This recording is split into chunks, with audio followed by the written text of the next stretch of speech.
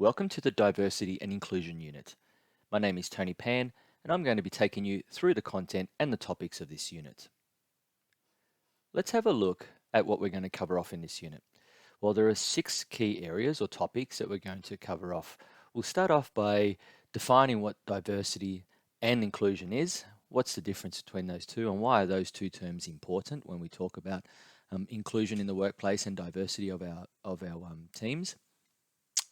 We'll unpack what the benefits of workplace diversity are. So, not just doing diversity for compliance or to tick off a box, but there are some real workplace benefits that exist out of having a diverse workforce and an inclusive workforce. And we're going to unpack some of those and see what they are.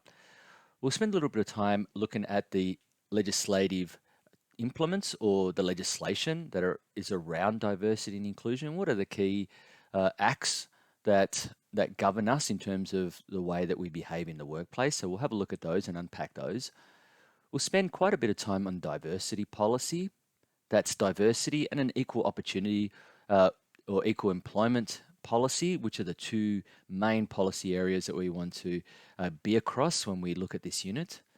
Then we'll spend a bit of time looking at formal and informal complaints procedures. We'll have a look at the complaints procedure as a whole, and we'll stop and we'll unpack the parts that are the informal components. So when should we handle it as an informal complaint, and when should we handle it as a formal complaint, and then what do we do for both of those?